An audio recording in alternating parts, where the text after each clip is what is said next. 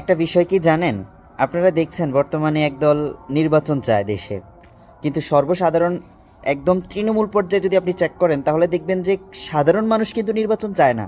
কারণ তারা দেখছে ডক্টর ইউনূস দেশের প্রতি কী ভূমিকা রাখছে। ডক্টর ইউনূসকে এই মুহূর্তে দেশে কতটা প্রয়োজন।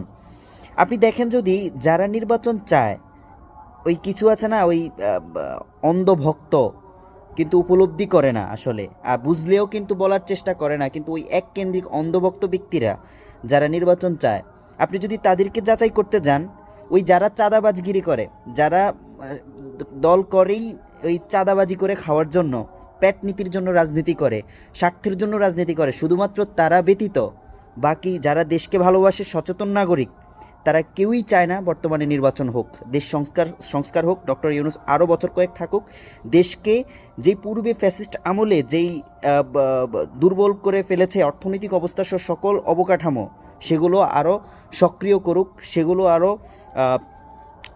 অবকাঠামো ঠিক করুক ডক্টর ইউনূসের হাত ধরে সবাই বিশ্বাস করে। শুধুমাত্র ওই চাঁদাবাজ করা ব্যক্তিরা যারা রাজনীতি করে চাঁদাবাজগিরি করার জন্য, স্বার্থের জন্য, শুধুমাত্র তারা ব্যতীত সর্বসাধারণ মানুষ এই মুহূর্তে ডক্টর ইউনূসকেই চায়।